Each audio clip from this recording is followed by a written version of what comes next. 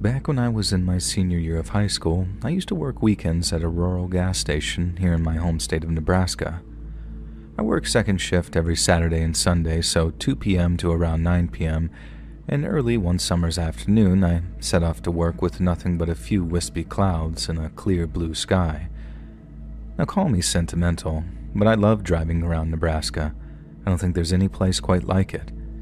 You hit the highway from some small town and it's like the whole world stretches out in front of you for as far as the eye can see.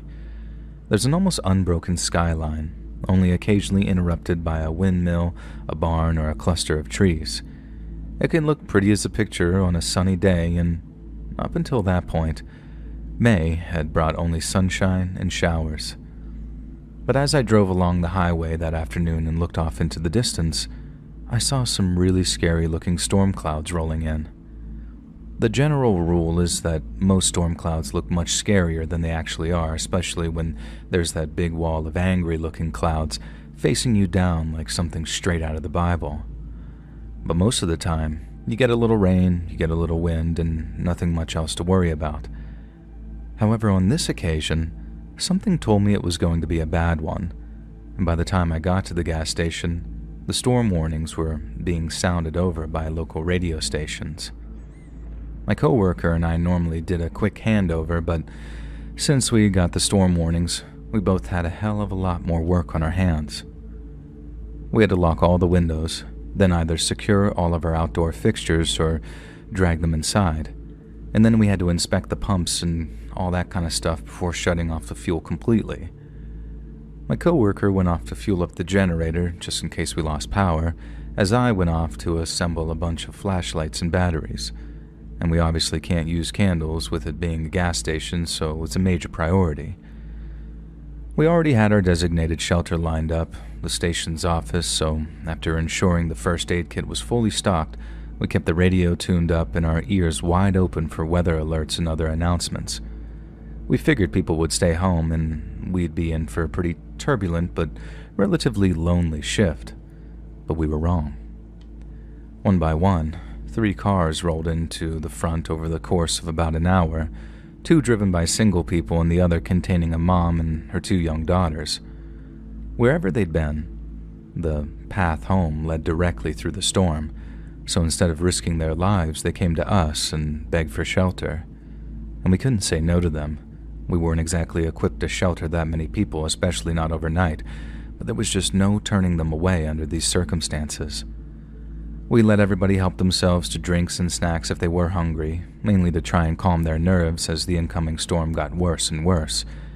And boy, oh boy, did it get worse. We all stayed relatively calm until we heard the tornado sirens going off. I'm pretty sure all the grown-ups there had heard the sound before, but it scared the hell out of the younger woman's 2 daughters, who started screaming and crying and begging their mom to take them home. Then, when stuff started flying off of our roof, a piece of debris hit one of their cars, and the sound of the alarm made the kids cry even harder. The poor things just didn't understand what was happening. It only took a few more moments of stuff falling off of our roof before we knew that we had to find shelter in the station's office. There was just enough room to fit everyone, and thankfully, with the office shielding us from the sound of the sirens and the howling winds, the 2 little girls started to calm down a little. But when something flew across the parking lot and smashed through the big plate glass window, it made a sound like a freaking bomb exploding. And the sound scared the hell out of me and a coworker, and by that point, we were kind of expecting it. But the 2 little girls nearly lost their minds. They must have thought the whole building was coming down, and so did one of the single drivers, because as the girls started shrieking, she had some kind of panic attack and tried to run back to her car. Once we realized what she was trying to do, my coworker lunged at her, telling her how going outside meant absolute death, and she wouldn't listen. She tried to fight my coworker, screaming and flailing, and it took me and the other single driver to subdue her. The little girls were screeching so hard they could barely breathe, watching as she struggled a little more and then just burst into tears. Then and only then did she stop struggling, as she cried and told us over and over again that she was sorry. We rode out the storm together for the next few hours, and I remember how the thing that really united us and kept us from getting too frightened was the goal of keeping those two little girls from screaming themselves unconscious. I worked so hard at keeping them calm and reassuring them that we were all going to be just fine. But sometimes, when I think about it, I think we were all trying to reassure ourselves too, and talking to them little girls like we were was sort of projecting, I think. Eventually the sounds of the winds died down, and after about an hour or so, it looked like it was safe for everyone to make a move. We walked into the store to find it absolutely trashed, and so much stuff had blown in that it was impossible to determine what exactly had smashed the window and made that explosion sound. Glass, snacks, magazines, and debris were just everywhere, and we had to tread very carefully over it all to keep from falling on the carpet of shards.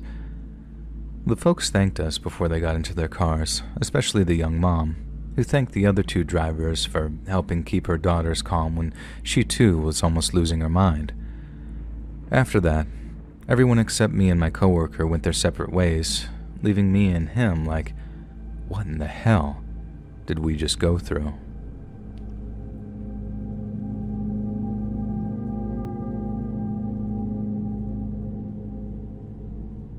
I used to work nights at a gas station called North Star Mart out near a place called Foster in rural Virginia. I used to drive up from Gloucester, get there at around 10 p.m., and then work all through the night until 6 a.m. when my boss, a dude named Judd, came over to relieve me. Judd lived right next door to the gas station in a big old house that he claimed that he built himself. There was no way that he built that whole thing on his own, but he was far too nice for me to call him out on it, so I just let it be. He was a great boss, too. I mean that from the bottom of my heart. Not many folks can say that they had a boss who had done almost anything to keep them safe, but I can, and it makes me feel a little guilty sometimes that I don't head up there to visit him more. But I don't like driving around Foster anymore.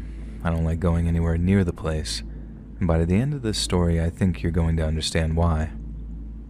I worked at the North Star for 9 months and 3 weeks, working anything from 2 to 5 nights a week, depending on how busy I was at school.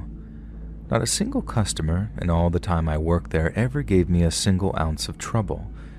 It was one of the best jobs I ever had in that respect. It was always a little busier on weekends, but during weeknights, I'd sometimes serve only 2 or 3 customers a night and spend the rest of my time watching movies on my iPod, back when that was like a revolutionary thing to do. Judd was really chill like that. He didn't give me a bunch of cleaning tasks, and he didn't give me any busy work at all, actually. And he only ever had one rule. If anyone ever showed up late at night, acting weird in any way, I was to call him right away. It didn't matter if the call woke him and his wife up from the sweetest dreams they'd ever had. If anyone was acting sketch, Judd wanted to know about it. I figured that was fair enough. The gas station was Judd's whole life. It was his retirement plan, so if it went up in flames, well, you see where I'm going with this. So even though it felt slightly emasculating, as in I felt like I could take care of the station myself, I agreed to give Judd a call every time there was any disturbances. When he first told me about his little golden rule, I'd be lying if I said that it didn't make me a little nervous, I guess. It suggested that there were a lot of weird people who came by the gas station at night, but that couldn't have been further from the truth. Like I said, 9 whole months and not a single instance of weird or disturbing behavior. And then one night, it happened. I was in the back office one night, splitting my attention between security monitors and a copy of The Dark Knight Rises, when I suddenly saw a lone figure approaching the gas station. We had 3 cameras, one facing the pumps, one facing the approach to the store, and a third which allowed me to watch the inside of the store from the back office. I can see the guy walking towards the store, past the pumps, and then into the view of the second camera, but then instead of walking into the store like literally everybody else, he stops dead outside the door. He's right in the view of the second camera, so I'm looking at this guy fairly close up, and he looked like a perfectly regular rural Virginian dad type. He looked like he had work boots on, some faded jeans, and a baseball cap with some kind of hunting or fishing logo on it. Literally the most unremarkable looking guy that could ever walk through our door. But his behavior most definitely got my attention. I guess it's not entirely true that nothing weird ever happened, because there was one previous occasion where I called Judd in the middle of the night. Some crazy lady was screaming like a demon out near the pumps. It was a Saturday, and had to be maybe 4 to 4:30 in the morning, but just like Judd said, I gave him a call at his house. I told him about the lady and how her screaming was freaking me out. He asked for a description, I gave him one, and then he tells me, "Oh, that's just Rhonda liquored up on payday. She'll head home once she's tired herself out." And then you know what? She did. She eventually stopped screaming and then just kind of walked off, like she was done with that night's performance. Anyway, the guy in the sporting goods cap stopped dead and just stood there in front of the camera, not moving a muscle. Not nearly as freaky as screaming like a banshee, but still weird nonetheless. I figured he was, I don't know, taking a moment to think or something. But then, as I'm watching him, his head starts slowly moving, turning his neck until he's staring into the camera lens. I know it was just an illusion, but it felt like he was staring directly at me, and that was easily one of the most unnerving sensations I've ever experienced. Once the guy's behavior reached a concerning level of weird, I grabbed the phone and called Judd. I didn't even feel emasculated doing it either. Whatever that guy's problem was, it wasn't meth. It was something way scarier than that. Judd picked up the phone, then once again he asked me to describe the person acting weird. I started describing the guy, and then the next thing, Judd slams the phone down. I look back at the screen and the guy's disappeared from view, but he's not in the store either, so I'm thinking, where the hell's he gone? But at the same time, I'm also thinking, why did Judd just slam that phone down on me?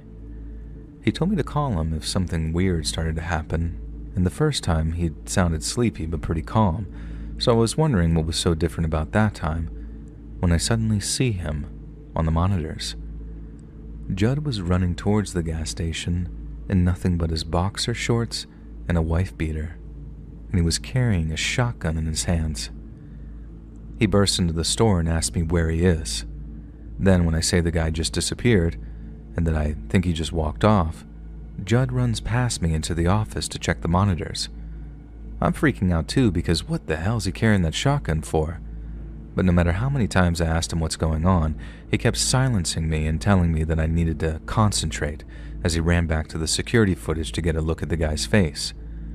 I watched him, rewinding the footage until he finally found what he was looking for, and when he did, I watched Judd turn completely pale. Whoever it was, Judd was terrified of him. So terrified that he felt the need to come running over with a shotgun to protect me, and then that scared the hell out of me too. Judd sent me home that night after calling the cops, and the next day, he called to say that he'd understand if I didn't want to come back to work. I asked just one time if he could tell me who the man was, and Judd paused and then repeated the part about understanding if I didn't want to come back. I thanked him for the job, wished him luck, and then just hung up. Like I said earlier, I still feel guilty about not going up to see him more. He was a great guy and a great boss, but without knowing who that guy was, without knowing why Judd was so scared of him, I couldn't put myself in the position of working for him anymore. I didn't want to die for some stupid gas station job, no matter how cool my boss was. And if there was a guy out there who scared the hell out of one of the toughest sons of bitches I'd ever known, then what chance in hell did I have?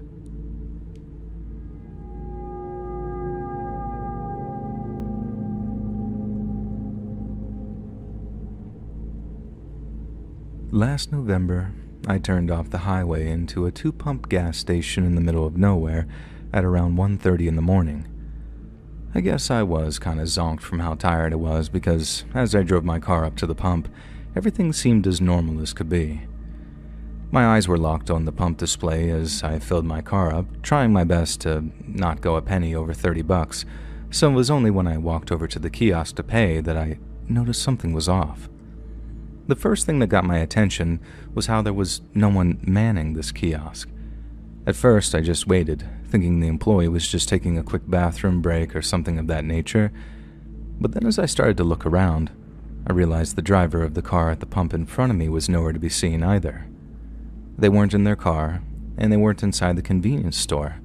So my first thought was how the driver and the gas station attendant must have been both in the back of the store, I guess. I got this momentary chill, thinking I might have interrupted a robbery or something, and I was suddenly very hesitant to knock on the glass or call for service.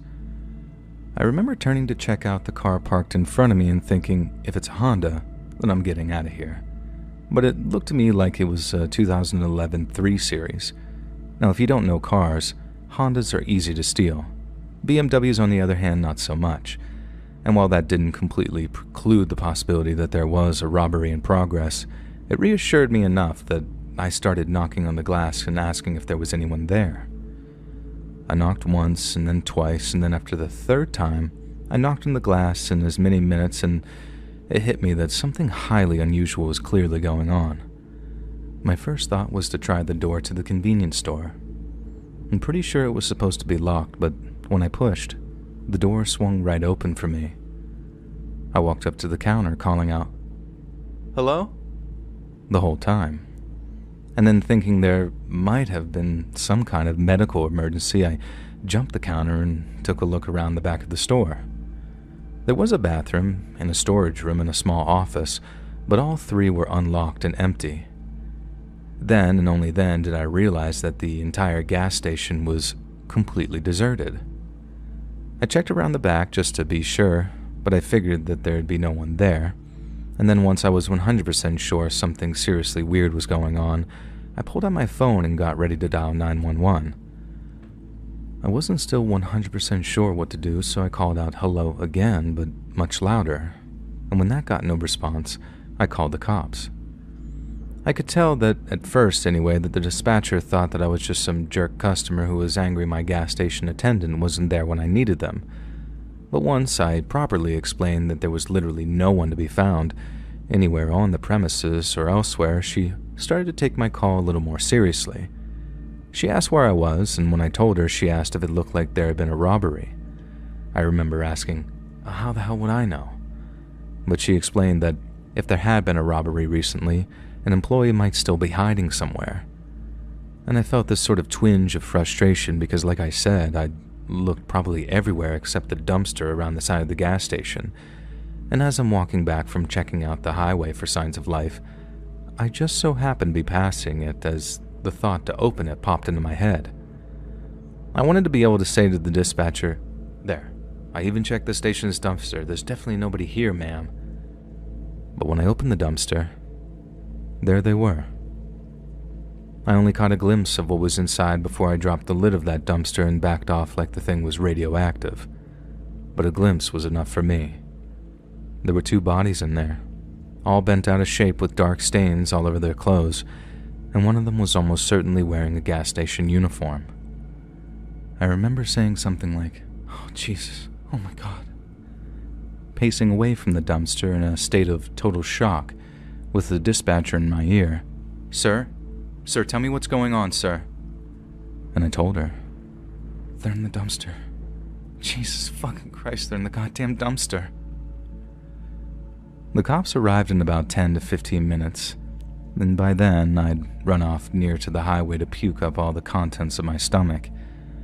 And I'd remembered that thing about preserving the integrity of crime scenes, so in a wild panic, I'd actually puked as I was running, then had to hold puke in my mouth for a few seconds before I puked even more out near the highway.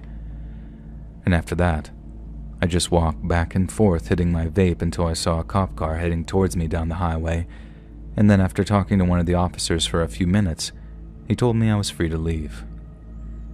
I looked the whole thing up online the first chance that I got later, but although I found a bunch of stories about a member of the public, yours truly, finding some bodies at a gas station, there was nothing that explained how or why those 2 people had been killed.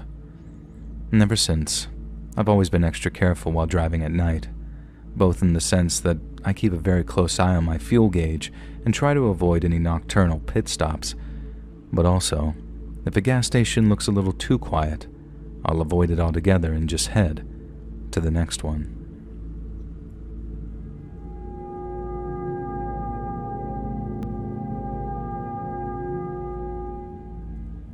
On Thursday, April 16th of 1987, 4-year-old Marlena Childress was playing with her toys out in her family's front yard. Marlena lived in Union City, Tennessee, with her 22-year-old mother, Pamela Bailey, along with her stepfather, Johnny, and her 4-month-old half-brother, Damon. Also, attending the house that day was Marlena's 7-year-old stepbrother, Jerry, who was present until he was picked up by his mother at around 3 in the afternoon. At around 3:30 p.m., with Marlena still playing in the front yard, her mother washed dishes while watching her daughter through the large, double-hung kitchen window. Pam looked down for mere moments, scrubbing and rinsing a few dishes until she heard the screech and skidding of car tires coming from the street outside. She looked up and saw a red vehicle with Kentucky license plates speeding down the street and away from her home. At first, Pam simply shook her head and returned to her work. Yet seconds later, she was hit with a terrifying realization. She peered through the window again. Then, as a choking panic erupted in her chest, she rushed outside into her front yard to find that little Marlena was nowhere to be seen. Following a frenzied search of the surrounding area, Pamela rushed to contact the police. She strongly suspected that her 4-year-old daughter had just been abducted by someone driving a red car with Kentucky license plates specific to McCracken County in the state's far west. Not just because it was seen speeding down the street, but because someone driving the exact same vehicle had approached her daughter at a nearby gas station just hours before she went missing. After surrendering to the kids' demands, Pam had taken Marlena and her brother Jerry to a nearby gas station to pick up some candy. After obtaining her sweet treats and in her excitement to return home, little Marlena had run out of the store following her mother's purchases with the goal of being the first back to the car. Pamela quickly followed her daughter out into the gas station's parking lot, calling out to her as she went, only to find her staring up at a man she didn't recognize. The man leaned forward, towering over the frightened child, and began talking to her, but when confronted by Pamela, he excused himself and walked away. Pamela gently scolded little Marlena and told her not to go rushing off like that in public places.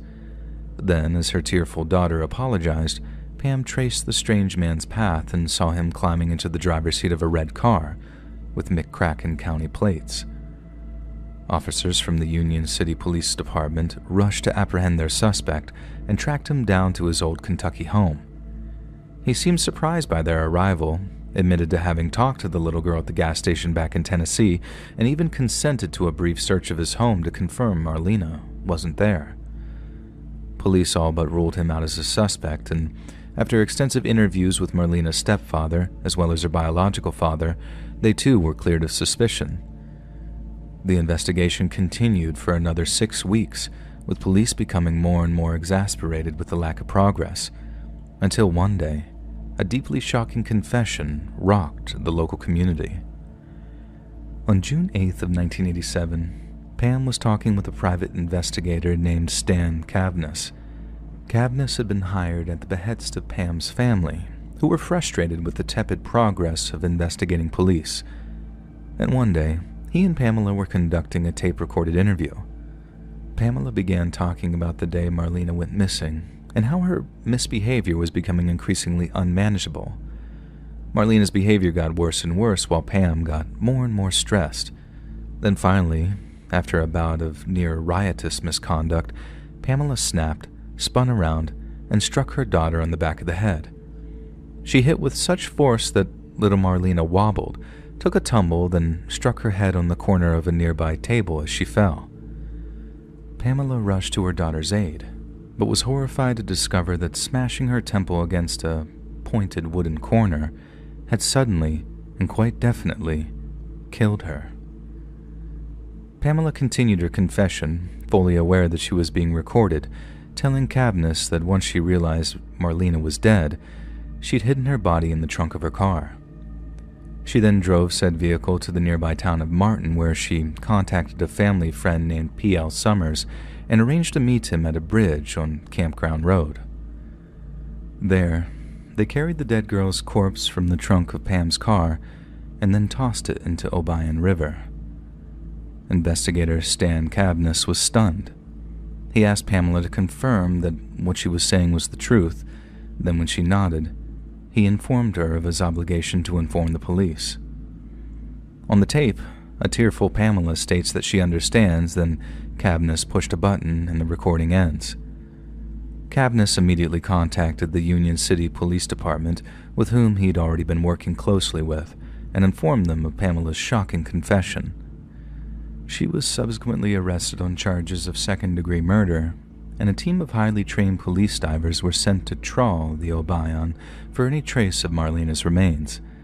But this is where the case becomes as vexing as it is chilling. Tennessee's Obion River is a relatively slow-moving and meandering watercourse. Heavy rains can temporarily increase its speed and water level, particularly in the winter and spring when rainfall increases.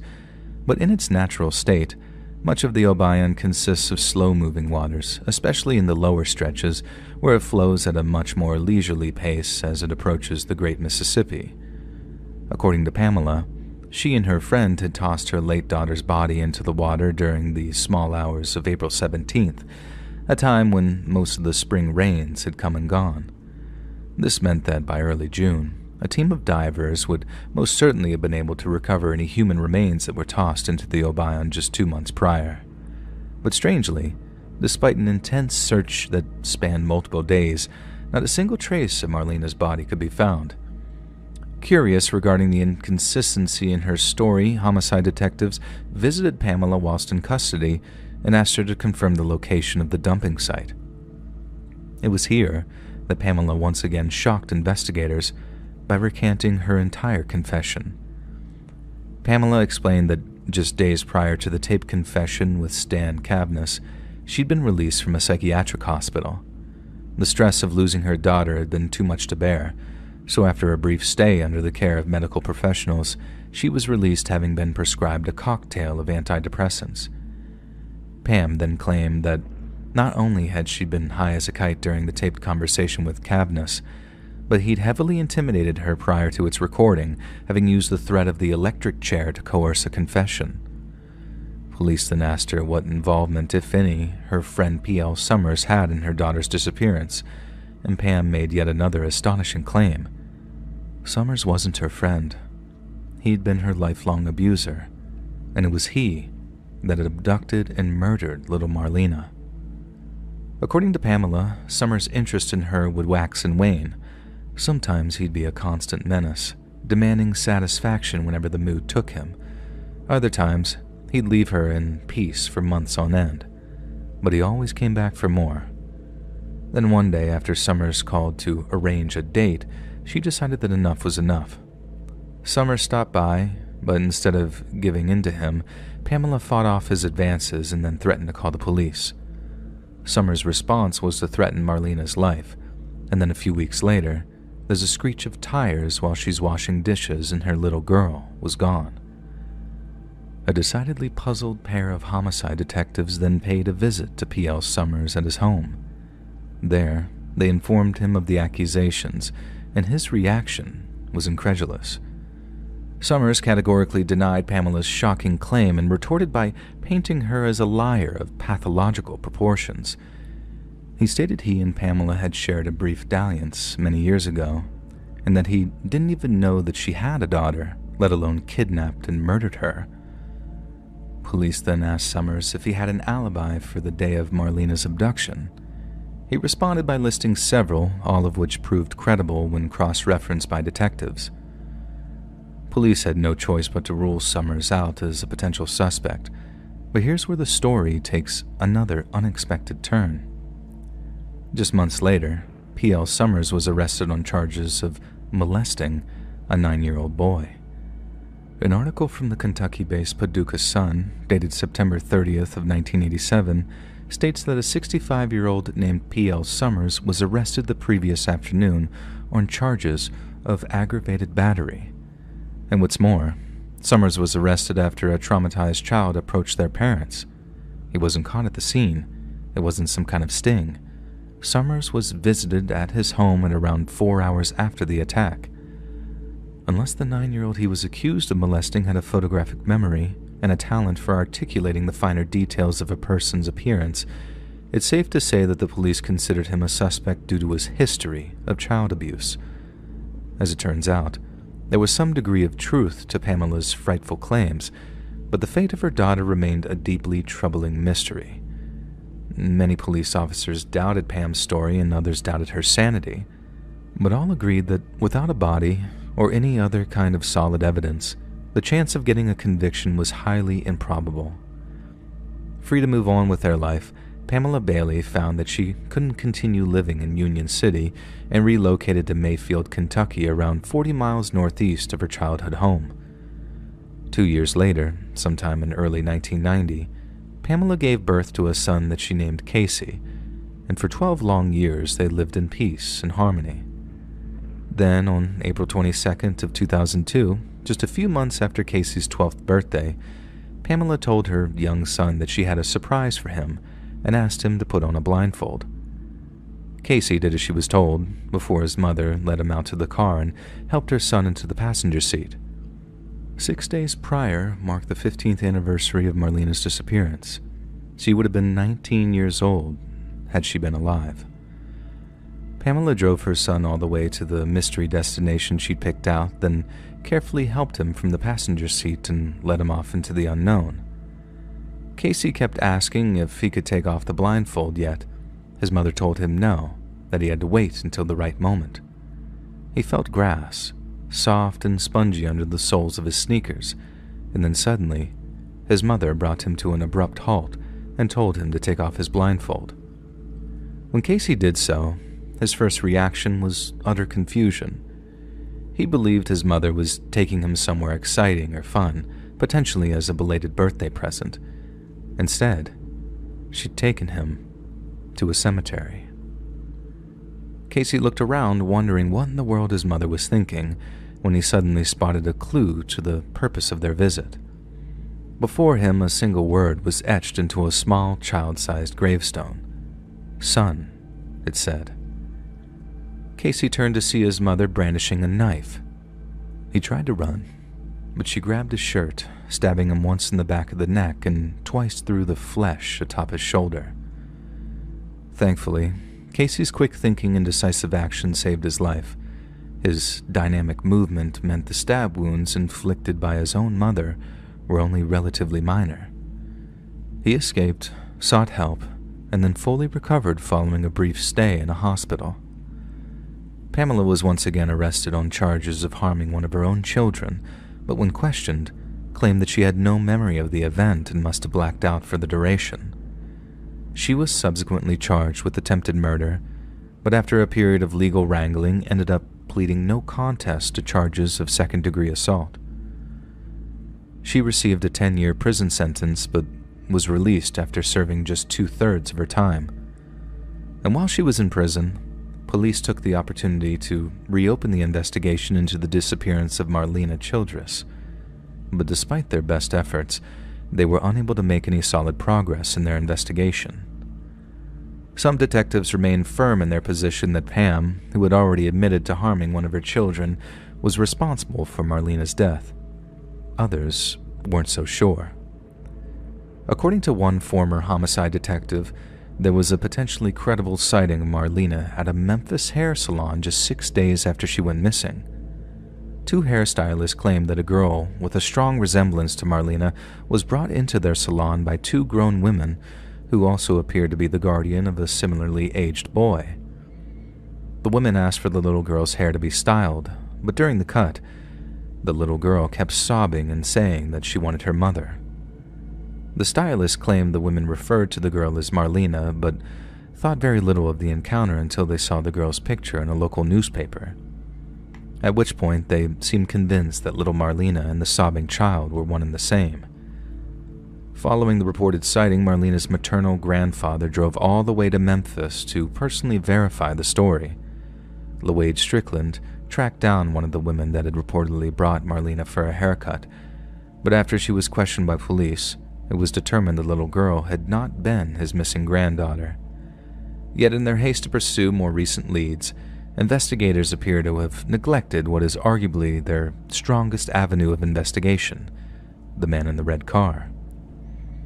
Despite having his name stricken from the list of potential suspects, the involvement of the mysterious driver with McCracken County plates has never been fully explored.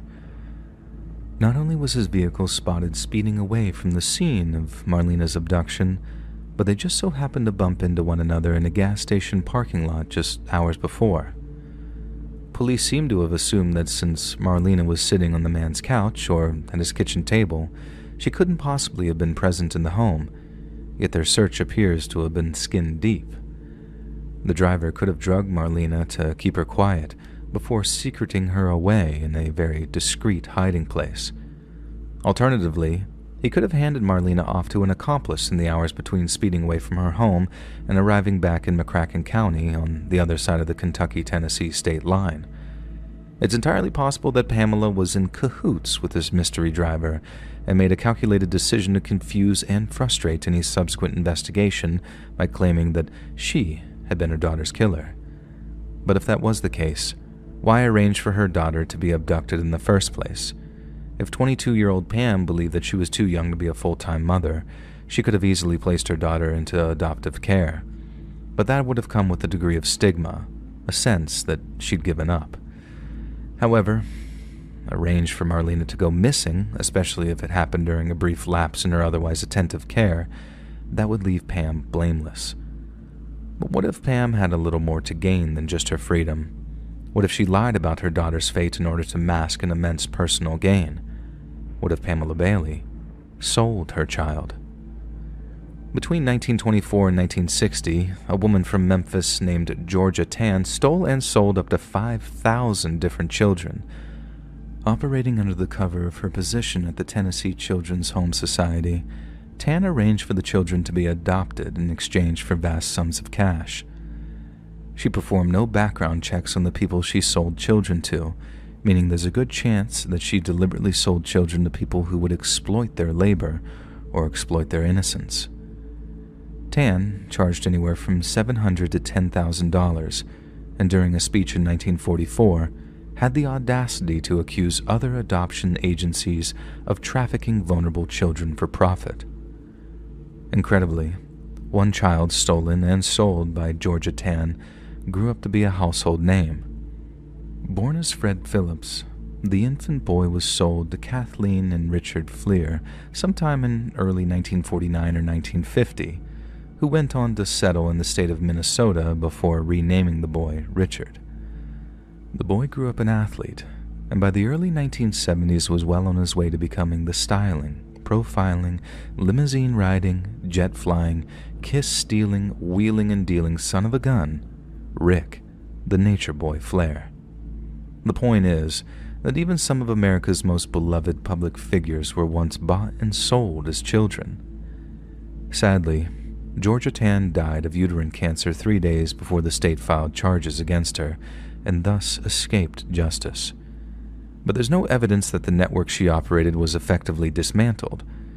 It's estimated that Georgia Tan had made somewhere in the region of $120,000 from the sale of orphaned children, which in today's money is almost $1.2 million. An industry that profitable doesn't just disappear overnight, and it seems far too much of a coincidence that Tan's trafficking operation and Marlena's mysterious disappearance occurred in the exact same state. It makes very little sense that Pam Bailey would be working in cahoots with the driver of the red car, only to then swiftly report him to the police. But what if the driver was a well-placed decoy, employed as part of a vast, historic human trafficking network that's existed for 100 years? What if she felt so guilty and was so acutely aware of the evil that lurks in the shadows of our society that her ultimate gift to her 12-year-old son was eternal, dreamless sleep? My name's Laura. I'm from Leeds in the north of England. Now, I heard you take submissions from viewers, so I'd like to send mine in. I used to work morning shifts in a petrol station when I was at Loughborough Uni. Any day I had afternoon lectures, I'd get up at 5 o'clock in the morning, work from 6 till 12, then I'd get the bus to uni in time for my 1 o'clock lectures. It was quite a good gig, really. After the morning rush, The last 3 hours or so were usually quite quiet, and if the boss wasn't around, I could sometimes get away with just chilling in the office and reading a book in between serving customers. One morning, a Tuesday it was, a man walked into the petrol station who had to be in maybe his 40s or 50s. His appearance grabbed my attention right away because when I looked up from my book, I saw that he was the spitting image of Mark Bullen from the cover of T-Rex's album Unicorn. My dad, God rest his soul, was a big T-Rex fan, and I used to flick through all of his old LPs when I was a kid. I always found myself transfixed by Mark Bullen's face. He was such a beautiful man when he was alive, but the guy that walked into the petrol station looked like his evil twin or something. He had the same mop of dark curly hair, the same dark, tired-looking eyes, but he had much sharper features and looked extremely gaunt, like a skeleton that someone had papier-mâchéd a thin layer of wet tissue paper on. He was dressed that part too, with a sheepskin coat on, a bright pink t-shirt, and what looked like blue bell-bottom jeans on. It would have been a solid outfit too if it wasn't for the sorry state of his clothes that they were in. Instead of them making him look good, even if it was a very vintage kind of good, they just made him look weird, smelly, and creepy. I usually didn't concern myself with people's appearances much. It was a petrol station, not a nightclub, so even Dracula could walk in, fangs all bloody with his cape blowing in the wind, and I wouldn't say a word if he just paid for his fuel and left. And then, under the circumstances, I think I'd rather it was Dracula who walked in that day, as opposed to Mark Bullen's evil twin. He grabbed a pint of milk from the fridge section, walked up to the counter and asked for X amount of fuel on whatever pump it was. I took his money, gave him his change, and then thanked him for his custom. 99 times out of 10, a bloke would just say, "Cheers, love," and then off they'd go. But Evil Bullen stayed by the counter, looked at me, and then said, "You're a pretty young lady, aren't you?" And to say my skin crawled would have been the understatement of the century. I'm not great at taking compliments as it is, which I know is a big me problem, but when the compliments come as greasy and creepily spoken as Evil Bullen's, it knocks me pretty sick. And I do mean creepily spoken, too. It wasn't just some throwaway compliments as he was walking out. He drew out the very before pretty like, "You're a very pretty young lady, aren't you?" And the "aren't you" was all squeaky, like he was talking to a kid or something. And I get that we had a big generation gap between us, but I was a grown woman, not a child. Now, even back then, I knew better than to talk back to a stranger like that, and it's not worth the risk. So instead of being lippy with him, I said, "Thank you," in a polite but very reserved way, and then stepped away from the counter to make it look like I had work to do in the stockroom.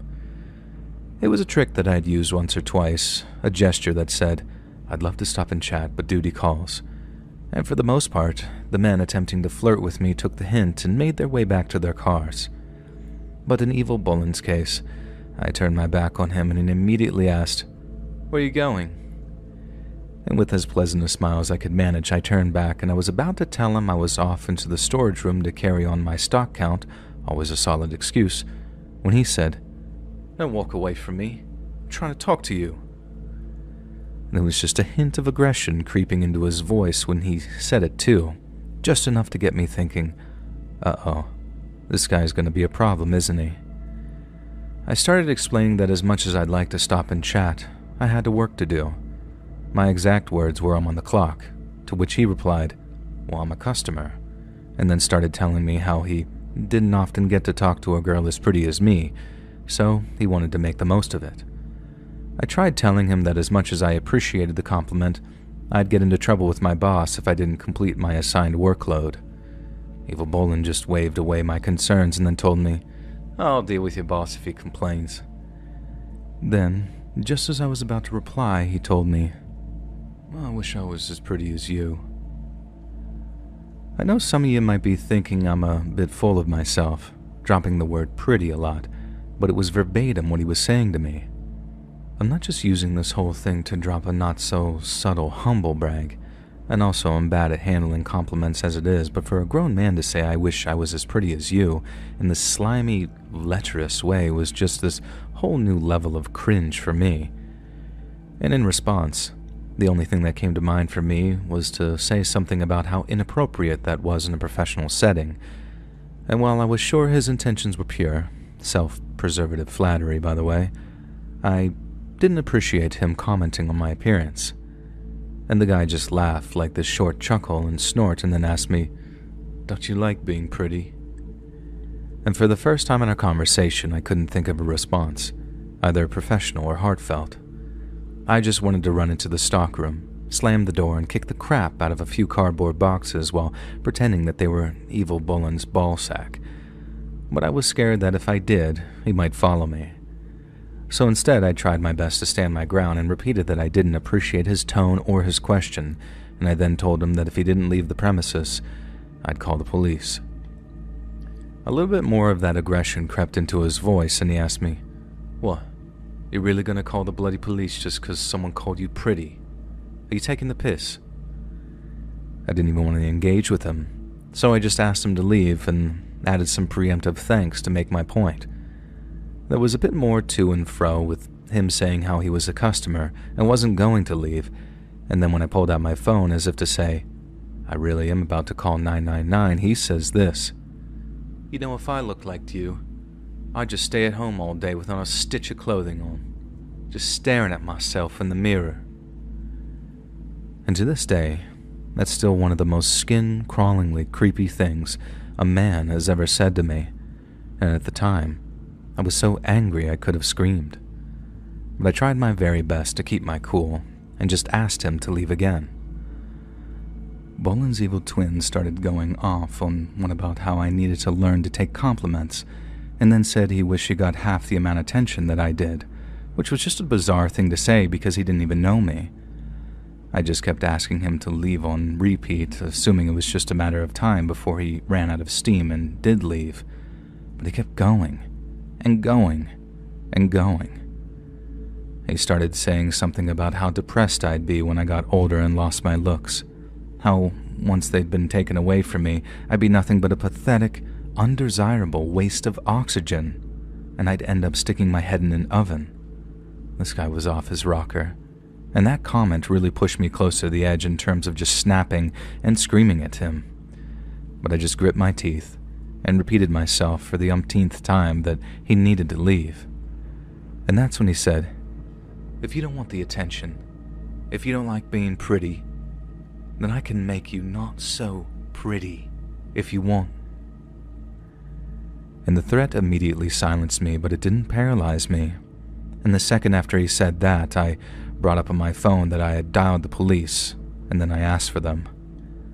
The guy did like a sort of fake, outraged laugh, but then his voice changed almost completely. It went from a sort of sneer to a very deep, guttural growl. He said if I had such a big effing problem being pretty, he could come over the counter and smash my face in until I didn't look like a person anymore. He said my friends and family wouldn't recognize me when he was done, and I could forget about any kind strangers calling me pretty, because I'd be as ugly on the outside as I was on the inside. And by the time I'd been connected to the police, there was a tremor in my voice as I started telling the operator what was happening. It was probably one of the more stressful experiences of my entire life, to be honest, because while I was watching Bullen's evil twin to make sure he didn't jump over the counter, and while I couldn't help but hear all the horrific stuff he was saying, I had to concentrate on giving all the necessary info to the police. It was like total cerebral overload, and the more stressed I got, the more upset I got. I remember how the bloke said something like, "I'd love to cut your face off and wear it. I'd stare at myself in the mirror and bang on wearing your effing knickers while I pretend that I'm you." I heard that. Then the operator said, "Police are on their way." And then I just lost it. I started screaming at that guy, telling him how the police were on their way, how he was going to get nicked if he didn't screw off while he still had the chance. And only then did he start making his way towards the door, but while he did, he had a load of stuff about how he'd be back the next day to teach me a lesson in manners, and all this other stuff he never followed up on, thank God. The police were there in minutes. I showed them the CCTV footage, and as soon as I did, one of the officers instantly recognized the man who had been harassing me. He said his name was Charles, or Chaz, but that he sometimes told people his name was Alexei Bowie. And I said that he hadn't told me his name. He'd just gone off on one after I didn't giggle and curtsy when he gave me a compliment. And apparently, this was something Chaz did a lot. According to one of the coppers, Leicestershire police had already received several complaints regarding Chaz's habit of harassing lone women, especially ones that were working and couldn't otherwise just walk away from him. It was like his thing. And according to one of the officers, he was just weeks away from being arrested and charged. They were still waiting to get the go-ahead from the CPS, but when they did, Chaz was probably going to prison for a few months at the very least. I couldn't have asked for a better outcome, and I think they actually went through with what they said because I never saw that Chaz again. Not around the petrol station and not around town, anywhere. I don't know the guy's actual full name, so I've never been able to look it up to find out how much time he actually got, if any. But the fact that I never saw him around the garage again was a good indicator that he'd finally got what he deserved.